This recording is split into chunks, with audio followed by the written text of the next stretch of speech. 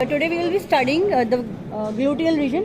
So here we are going to take 3 incisions. Firstly, obliquely along the iliac crust, then a long vertical crust, a vertical incision along the buttock cleavage, and third along the Holden's line. Then after cutting that, we will gonna find a large muscle.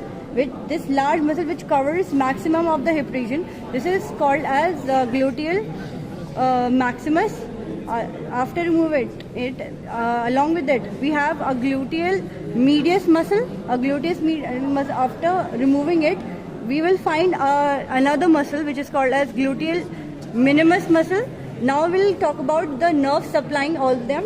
So gluteal maximus muscle is supplied by inferior gluteal nerve, while both gluteal minimus and gluteal medius both are supplied by superior gluteal nerve. Now, beside the gluteal minimus muscle, we have a very important muscle which is piriformis. It is very important because below it, sciatic nerve is present. It is lying on 3 important muscles which are called as sciatic bed.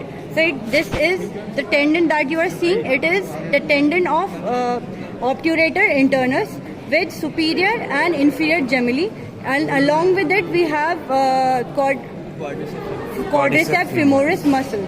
Now an important in clinical applied here is when there is certain inflammation or any sort of infection in piriformis muscle that leads to compression of sciatic nerve, which leads to tingling sensation or pain in the lower limb.